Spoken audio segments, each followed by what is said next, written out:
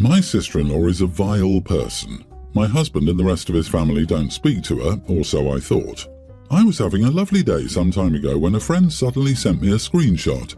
It was a picture of someone on Twitter saying horrible things about my children, toddler and kindergartner. I was horrified because I don't put photos of them on social media. My friend explained that person A, who insulted my kids, was arguing with person B, whose header was a picture of my children. Person A assumed they were person B's kids and insulted them as a comeback. My friend said she was sure I wasn't person B because they had some weird things in their bio and tweet history that I would never say or believe in. I informed my husband and we freaked out trying to figure out who person B was and why they had a picture of our children. I then remembered that I sent that picture of the kids to my mother-in-law, and I even checked our texts to make sure. Mother-in-law has been staying with us for a week, so we waited for her to come home from wherever, and then my husband explained what happened. She also seemed concerned until my husband asked if she sent that picture to anyone else. She immediately went red in the face and started avoiding eye contact and everything. She then said she sent it to my sister-in-law. In fact, she's been sending her several pictures of my children. I can't even lie, I saw red. It made a lot of sense because they sounded just like her after looking through person B's account. Mother-in-law apologized and said she was just trying to make her daughter feel less isolated. But I was so furious. I told my mother-in-law that all I'm hearing from her is utter BS, and she doesn't have to worry about her poor daughter being isolated because she can pack up her crap and go live with her. Mother-in-law immediately apologized and said she didn't think sister-in-law would save the pictures. She swore never to do it again and even deleted the images of my children off her phone. I couldn't bring myself to care. The next day, while she was leaving, she said I was being too harsh. I told her to stop talking to me. My husband is entirely on board with this, but he's busy with his sister and making sure she changes her Twitter header. It did end up being her. I can't explain the amount of rage I still feel, but mother-in-law did seem very apologetic. My father-in-law, her ex-husband, even reached out to me saying that my anger was valid, but that I shouldn't kick her out because I'd left her in a very tough spot, especially since she had zero bad intentions. I'm afraid my anger is blinding me and my husband, so I'm just curious. Am I the idiot? Edit, my mother-in-law was staying with us while her apartment was fixed. Not the idiot. Of course she didn't mean harm. Give me a break. Mother-in-law messed around and found out. She can go live with her daughter. You have every right to protect your children. How much has she been sharing with the sister-in-law that you don't know about? Would she ever have admitted to it if you hadn't caught her? It's easier to ask forgiveness than permission. She had bad intentions. She knew this was something you would disapprove of, so she didn't ask and she did it anyway. Agree. She was sorry she got caught. She feels sorry for herself that she has to face consequences. She's not sorry for what she did or how it impacted you and your husband and children. She thinks you're being harsh by cutting contact with sister-in-law, and she's undermining your boundaries and privacy by going behind your back to keep an open communication channel that you believed closed. She tried to appeal to your sympathy about sister-in-law's feelings of isolation. That's her doubling down that sister-in-law deserves information and communication. That's her effectively saying she'll keep doing it or resume doing it when she thinks she can get away with it again. And feel free to tell the flying monkeys, like your father-in-law, coming at you on her behalf, to back off if they don't want to be cut off as well. The road to you-know-where is paved with good intentions. It doesn't matter what her intentions were, she did wrong. She's demonstrated she cannot hold boundaries, so if you rug sweep this, she will do it again. She's lucky all you did was kick her out and not make the drama any worse. My boyfriend and I have been dating for 11 months. In fact, our 1-year anniversary is this coming Sunday.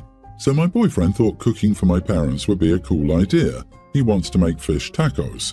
My brother would also have to come because my parents don't like leaving him home alone. And my brother has very particular food habits. He's an extremely picky eater, and he will only eat what he likes, which isn't a lot.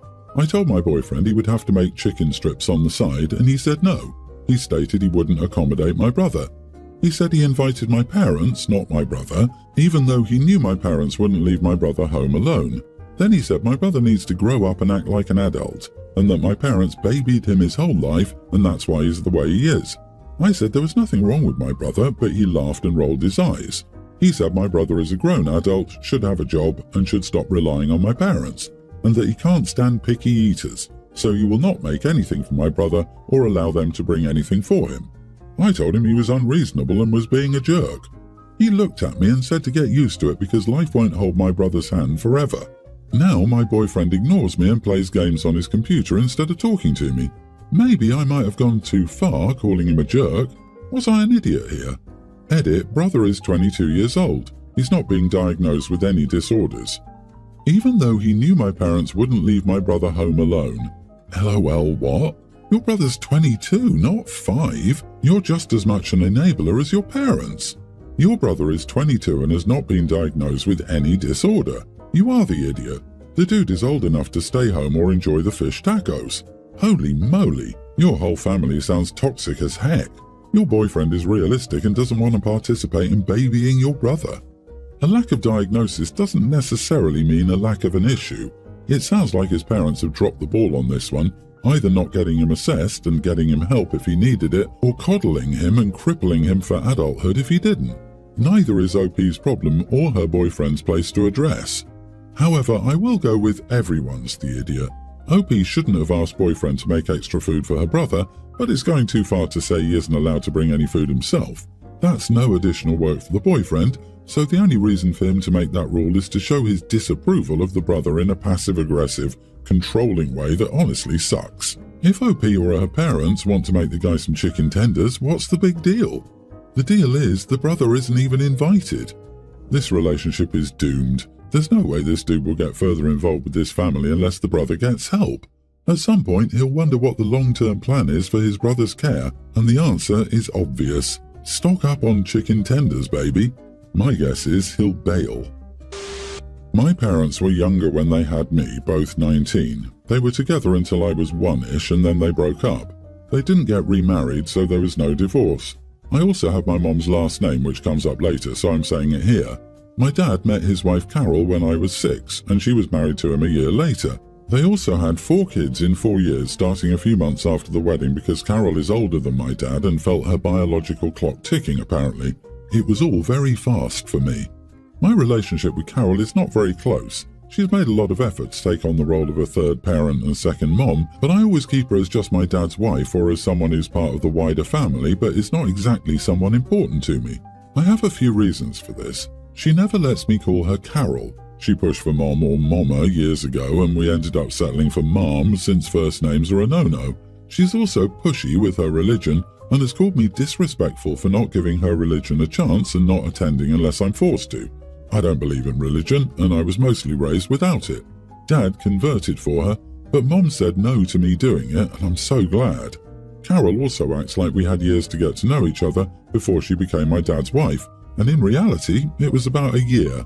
The other stuff is she hates my mom and is not afraid to voice that stuff around me. Carol hates that I have Mom's last name and not Dad's. Carol hates the first name my mom chose for me and is implied she was selfish for giving it to me because it's unique and uncommon and not a normal name.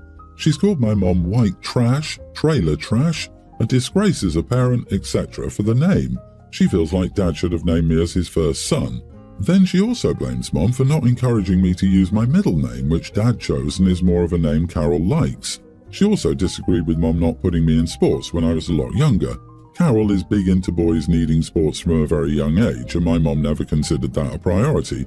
Carol is so disrespectful about my mom so often. A couple of weeks ago, while I was at my dad's, Carol and I were alone, and she wanted to know why I never treat her like a parent, and what she's done so wrong that I refuse to acknowledge her as any kind of mom to me. I mentioned all of the above, and how much I hate when she gets like that. I told her she couldn't expect to win me over when she crap talks my mom all the time and disrespects me by disrespecting my name. I told her I would never love someone who acts that way. She was hurt, I could tell, but she was also angry, and so was Dad when she told him what I said. They accused me of treating Carol with so much disrespect and harshness. Am I the idiot? So she asked what was wrong, and you told her exactly what, and instead of working on that or just giving up and accepting it will never happen, she decides to double down. Does she really think she has a right to disrespect your mom, to name you whatever she wants to push her religion onto you? Yeah, not the idiot. I'm sorry this has been your reality. The adults failed in their responsibility to give you a loving and supportive home. If you want to work through things with your dad, consider talking with him, giving him your side of the story, and telling him clearly what Carol has done and how that made you feel. I doubt Carol was honest in her retelling of what happened. Be prepared. Your dad may not be open to hearing that he was essentially a jerk who failed to protect you, and that his wife was a total nightmare. So it's up to you what you want to deal with. Just know you're not the problem. None of this is your fault.